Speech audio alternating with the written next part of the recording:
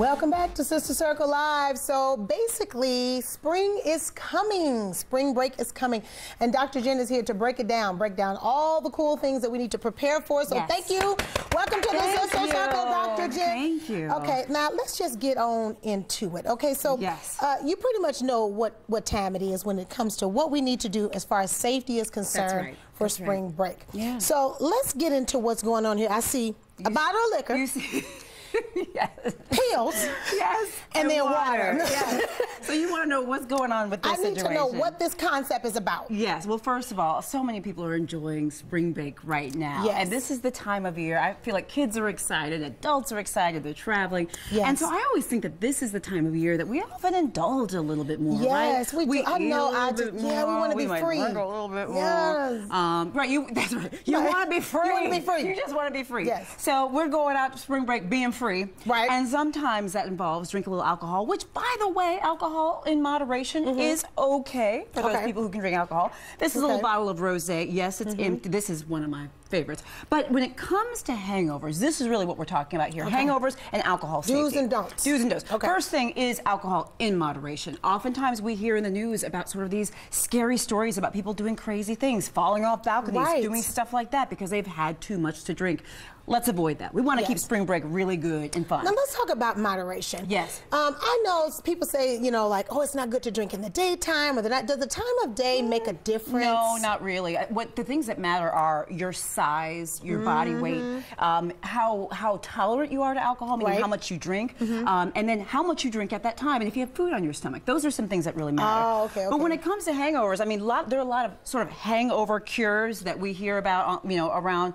There's really no hangover cure. The best cure, by the way, is to drink. Yeah, right? See? I've tried everything, girl, and still be sick the next day. That's the thing, is just drink, like, you know, you're like so many of us. Drink lots of water, and I always recommend, like, ibuprofen or acetaminophen. What about aspirin? So I would stay away from the aspirin. Because it's tougher on the stomach? It can be irritating on the stomach. But ibuprofen or acetaminophen, depending on your medical conditions underlying, that's really the best thing in sleep. And again, the whole point is we want moderation. So I have to stress that. So very good. So as the weather weather warms up. Yes, weather is warming up, and it's maybe we're having a little fun in the sun, which I love. This is the thing. Now I'm a family doctor, and I have so many of my patients telling me, well, Dr. Jen, I don't have to wear sunscreen because I'm darker skinned. No. And you're right. And it's true that being darker skinned, we have more melanin in our skin, and it protects us. But we still burn. That is right. Not only burn, but get skin cancer. Oh my God. Yes, and not only that, but we know that sun causes premature signs of aging. That's how you look old, basically. Now let me ask you a question, Dr. Jen, because my mom, she loves to barbecue and, you know, she loves the outdoors, but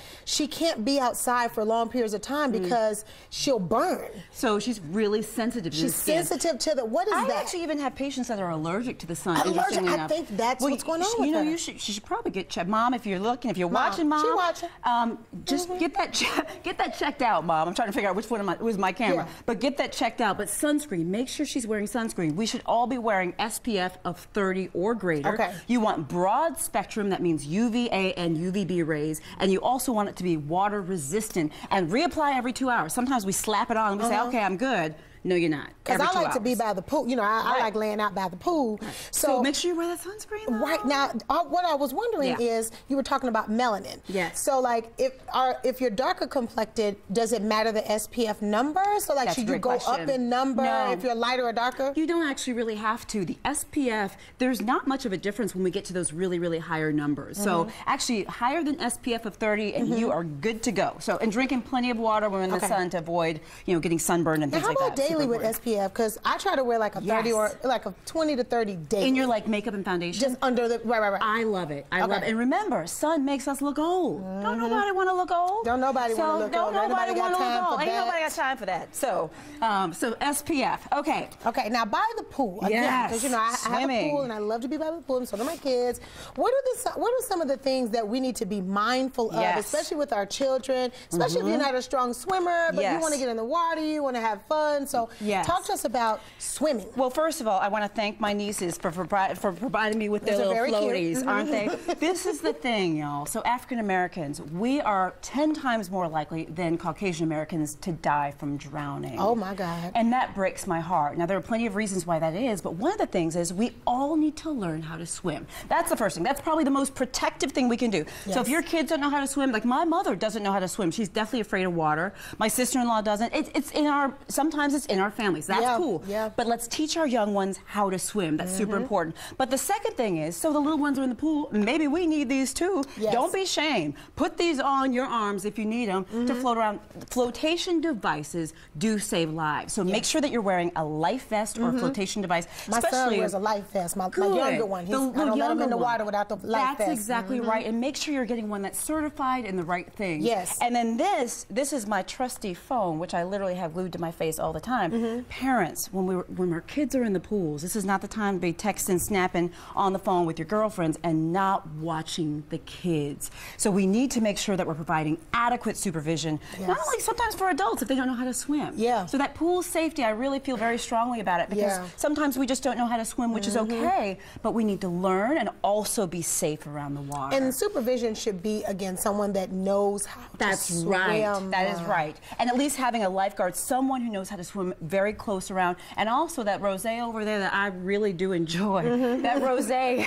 We got to keep this from around the pool. Keep this from away from the pool is not for the rosé because it distracts us, just like our phones, just like, you know, magazines, things like that. So we just want to be very careful. So. Well, Dr. Jen, I just love when you come down to the circle. So wait, where are we going for spring break? Where are we going? I don't know. It's tough. Sister Circle got me hemmed up. Okay. You know, they gonna never let me go nowhere.